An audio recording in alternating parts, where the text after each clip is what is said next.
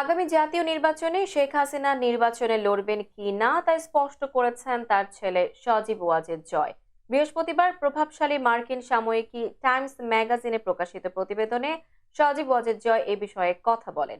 জাতীয় নির্বাচনে শেখ হাসিনার অংশগ্রহণের বিষয়ে জয় বলেন, তার নির্বাচনে লড়াইয়ের বিষয়ে এখনো কোনো সিদ্ধান্ত হয়নি।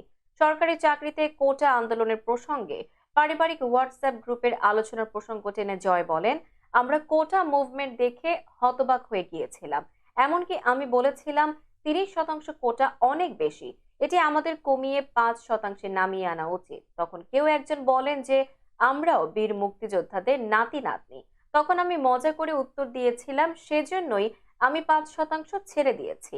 জয় আরো বলেন, তার মা দেশের বর্তমান পরিস্থিতি দেখে বেশ বিচলিত এবং হতাশ, কেননা গত 15 বছরে তার সমস্ত কঠোর পরিশ্রম অনেকটাই ব্যর্থ হতে চলেছে এমন নৈরাজ্যকর পরিস্থিতিতে।